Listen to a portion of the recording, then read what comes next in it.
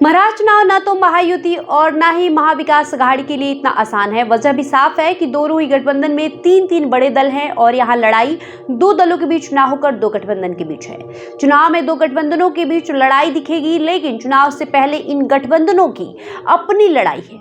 नामांकन की तारीख करीब आते आते और कई राउंड की मीटिंग के बाद आखिरकार दोनों गठबंधनों के अंदर बात सीटों को लेकर बनती हुई दिख रही है। महाविकास अघाड़ी के बाद गुरुवार दिल्ली में महायुति की भी मीटिंग हुई। एक और जहां काफी खींचतान के बाद महाविकास अघाड़ी में बुधवार सीटों को लेकर बात बनी, तो वहीं अगले दिन महायुति की भी बैठक हुई। बैठक दिल्ली में केंद्रीय गृह मंत्री अमित शाह के आवास पर हुई। बीजेपी ने एक लिस्ट महाराष्ट्र में अपनी जारी कर दी है और कुछ सीटों को लेकर जो पेच फंसा हुआ था उस पर भी महायुति के बीच लगभग बात बन गई है। अमित शाह से मीटिंग के लिए महाराष्ट्र के सीएम एकनाथ शिंदे के साथ दोनों डिप्टी सीएम भी पहुंचे। सूत्रों के अनुसार इस मीटिंग में अमित शाह ने सीटों के साथ चुनाव के दौरान बागियों को लेकर खास हिदायत दी है। हरियाणा चुनाव में बीजेपी ने सभी को चौंकाते हुए जीत की हैट्रिक लगाई। इस चुनाव में बीजेपी को जीत तो मिली, लेकिन बागियों ने पार्टी की टेंशन पूरे चुनाव बढ़ाए रखी। हरियाणा में कई नेता जिनको टिकट नहीं मिला वो बागी हो गए और निर्दलीय पार्टी के खिलाफ ताल ठोकते हुए नजर आए। सूत्रों के मुताबिक महाराष्ट्र को लेकर गुरुवार को दिल्ली में हुई मीटिंग में अमित शाह की नजर महायुति के बागियों पर थी। अमित शाह ने सीएम एकनाथ शिंदे और अजित पवार को सलाह देते हुए कहा कि महायुति में शामिल दल के बागी चुनाव नहीं लड़े। अमित शाह ने कहा कि तीनों दल बीजेपी, शिवसेना और एनसीपी मिलकर चुनाव लड़े।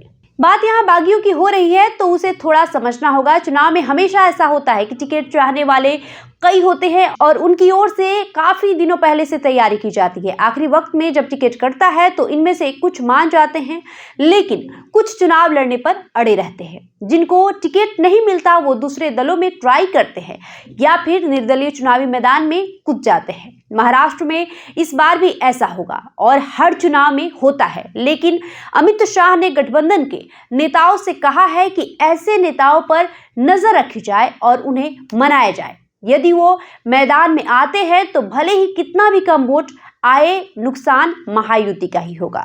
महाराष्ट्र लोकसभा चुनाव में महायुति का प्रदर्शन निराशाजनक था, लेकिन हरियाणा के नतीजों ने बीजेपी का उत्साह दोगुना कर दिया है। महायुति के नेताओं को उम्मीद है कि यहां भी गठबंधन की दोबारा से वापसी हो सकती है। यही वजह है कि महायुति में शामिल सभी दल फूंक फूंक कर कदम आगे बढ़ा रहे हैं। महाराष्ट्र से लेकर दिल्ली तक तमाम छोटी बड़ी चीजों पर नजर रखी जा रही है। इन चुनाव में संघ भी एक्टिव नजर आ रहा है।